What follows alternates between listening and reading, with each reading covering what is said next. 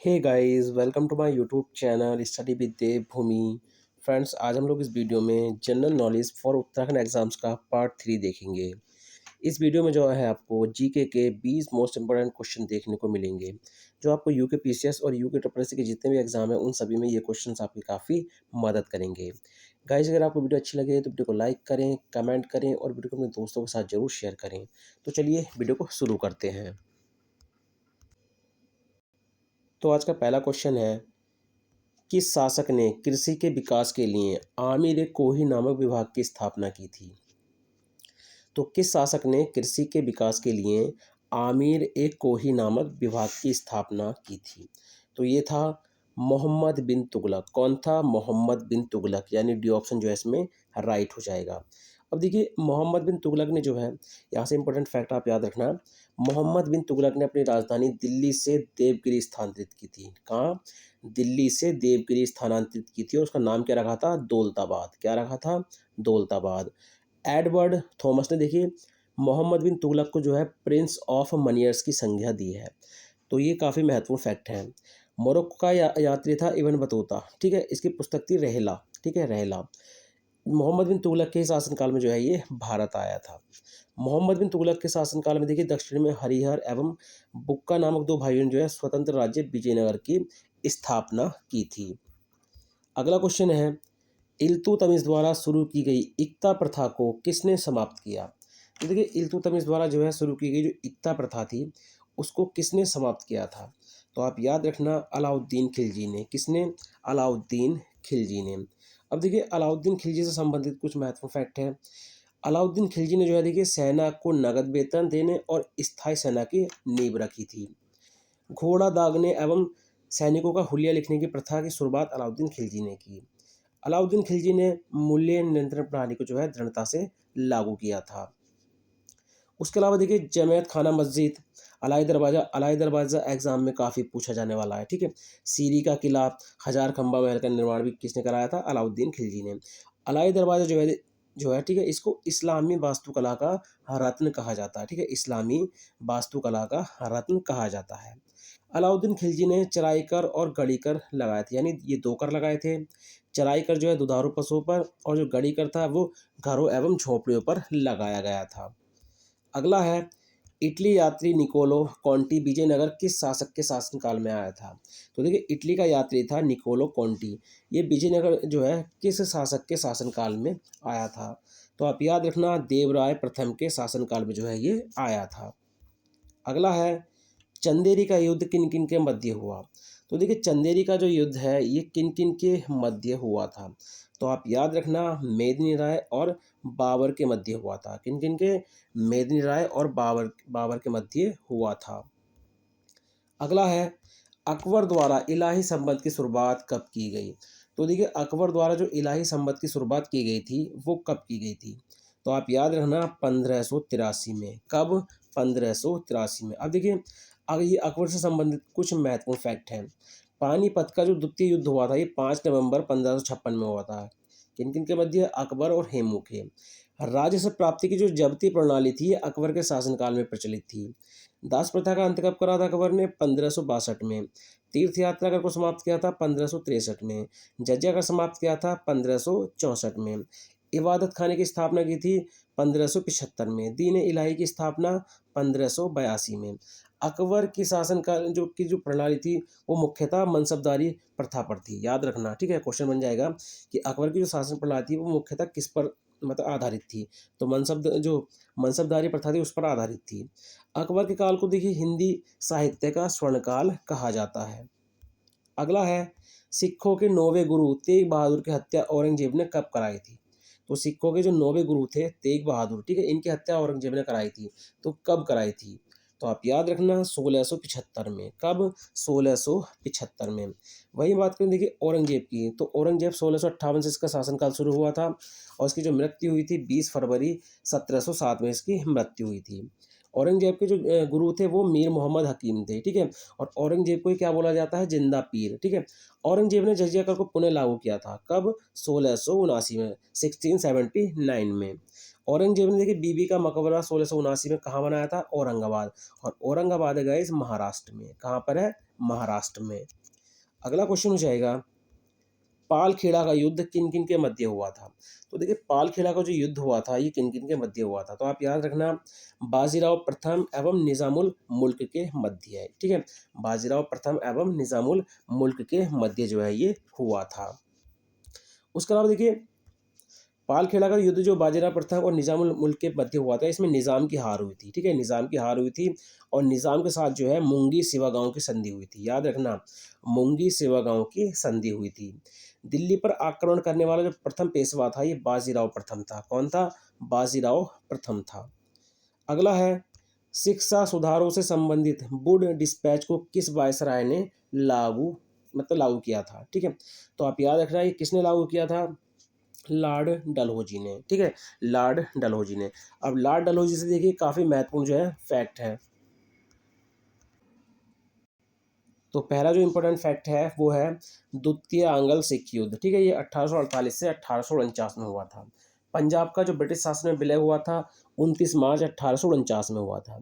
1852 में इनाम कमीशन की स्थापना की गई थी। ठीक है, डलहौजी का जो व्यपंग सिद्धांत है यानी डॉक्ट्रिन ऑफ लैप्स, ठीक है, डलहौजी इसी सिद्धांत के लिए जो है काफ़ी प्रसिद्ध हुआ था।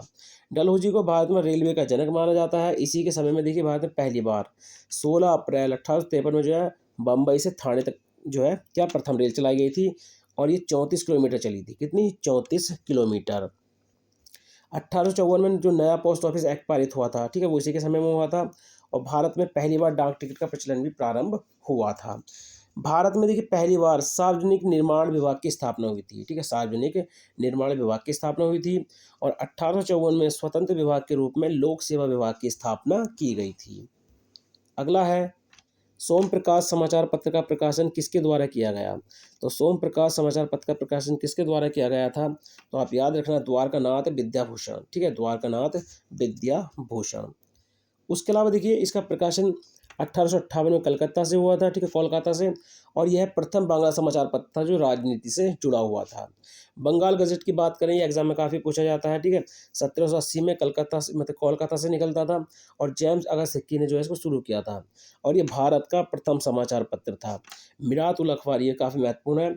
1822 में जो है इसका प्रकाशन हुआ था कोलकाता से और राजा राममोहन राय के द्वारा किया गया था। ये प्रथम फारसी पत्रिका थी। कैसी थी ये? प्रथम फारसी पत्रिका। अगला है, वर्तमान में सर्वाधिक उपग्रह किस ग्रह के पास है? तो वर्तमान में सर्वाधिक उपग्रह हैं वो किस ग्रह के पास हैं? तो आप याद रखना सर्वाधिक जो है ये है शनि ग्रह के पास। किसके? शनि ग्रह के पास। ठीक है, चलिए इसको देख लेते हैं। इसमें जो इंपॉर्टेंट फैक्ट है, शनि ग्रह के पास जो है देखिए 83 उपग्रह थे। ठीक है, ये मई 2023 में, याद रखना, मई 2023 में जो है 62 नए उपग्रह जो है वो खोजे गए थे। तो अब वर्तमान में कितने हो गए हैं? 145। कितने हो गए हैं? 145।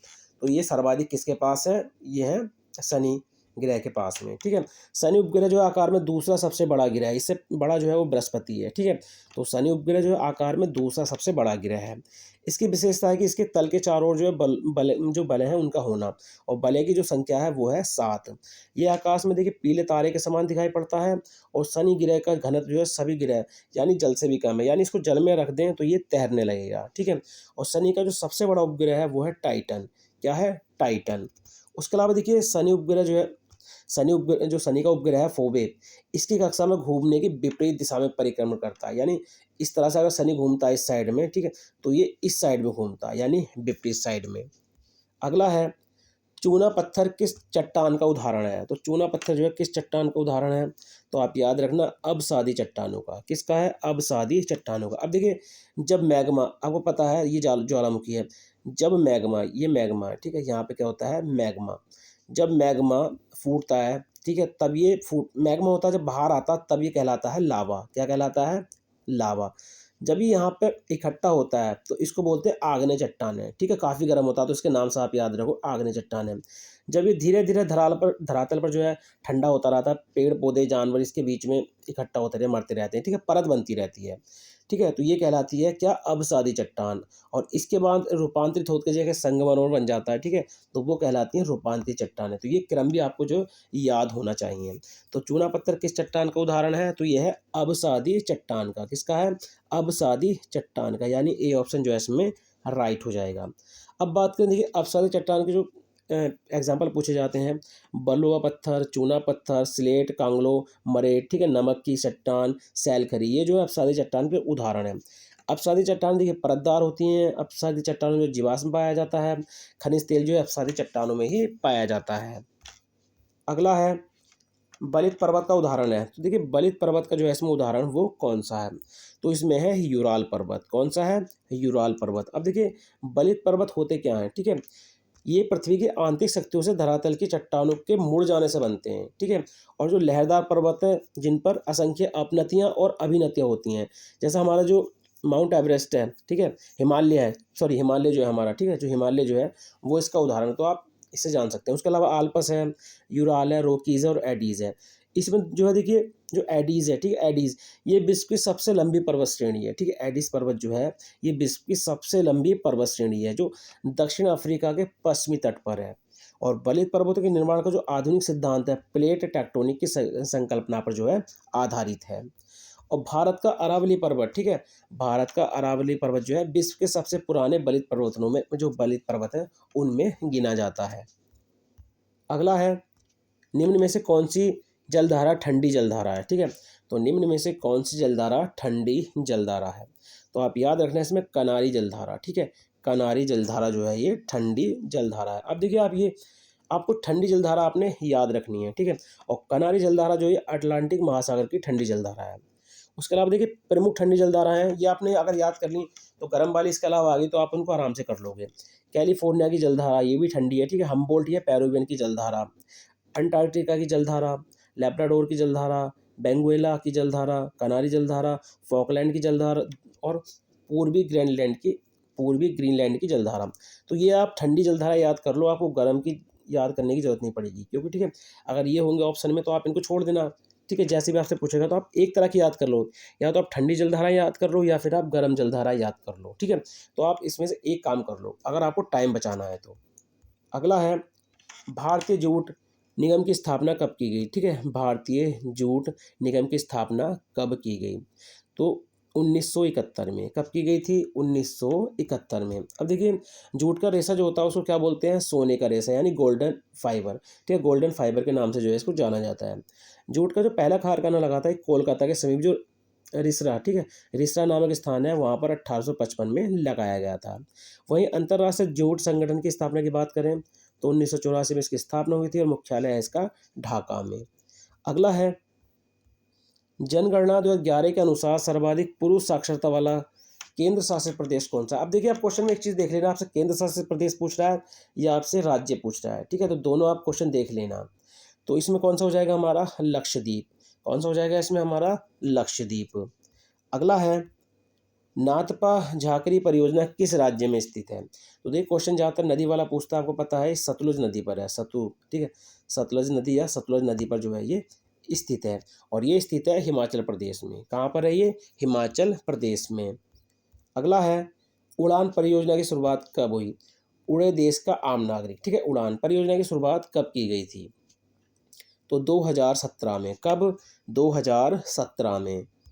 अगला है एल के झा समिति किससे संबंधित है, देखिए एल के झा समिति जो है ये जो है अप्रत्यक्ष कर से संबंधित है, किससे है, अप्रत्यक्ष कर से संबंधित है। अगला है निम्न में से किसके तहत गवर्नर जनरल को पहली बार अध्यादेश जारी करने की शक्ति प्रदान की गई, ठीक है, काफ़ी महत्वपूर्ण क्वेश्चन है। निम्न में से किसके तहत गवर्नर जनरल को पहली बार अध्यादेश जारी करने की शक्ति प्रदान की गई, तो आप याद रखना 1861 का भारत परिषद अधिनियम, ठीक है, 1861 का भारत परिषद अधिनियम। अगला है संसद के दोनों सदनों की संयुक्त बैठक को किस देश के संविधान से लिया गया है, ठीक है, आपको पता है जो हमारा लोकसभा है, ठीक है, लोकसभा है और जो हमारा राज्यसभा है इनकी संयुक्त बैठक होती है और संयुक्त बैठक कौन बुलाता है, राष्ट्रपति। कौन बुलाता है गाइज, राष्ट्रपति जो है इनकी जो है संयुक्त बैठक को बुलाता है और इस बैठक की जो अध्यक्षता करता है वो लोकसभा अध्यक्ष करता है। ये आपको पॉइंट याद रखना है। तो ये किस देश के संविधान से लिया गया है? तो आप याद रखना ऑस्ट्रेलिया से। कहाँ से लिया गया है इसको? ऑस्ट्रेलिया से लिया गया है। तो गाइज़ ये थे आज के जनरल नॉलेज के 20 मोस्ट इंपोर्टेंट क्वेश्चन जो आपको यूके पीसीएस और यूके ट्रिपल में आपकी काफ़ी मदद करेंगे। गाइज़ अगर आपको वीडियो अच्छी लगी हो तो वीडियो को लाइक करें, कमेंट करें और वीडियो को अपने दोस्तों के साथ ज़रूर शेयर करें। तो चलिए मिलते हैं अपनी नेक्स्ट वीडियो में। Thank you for watching.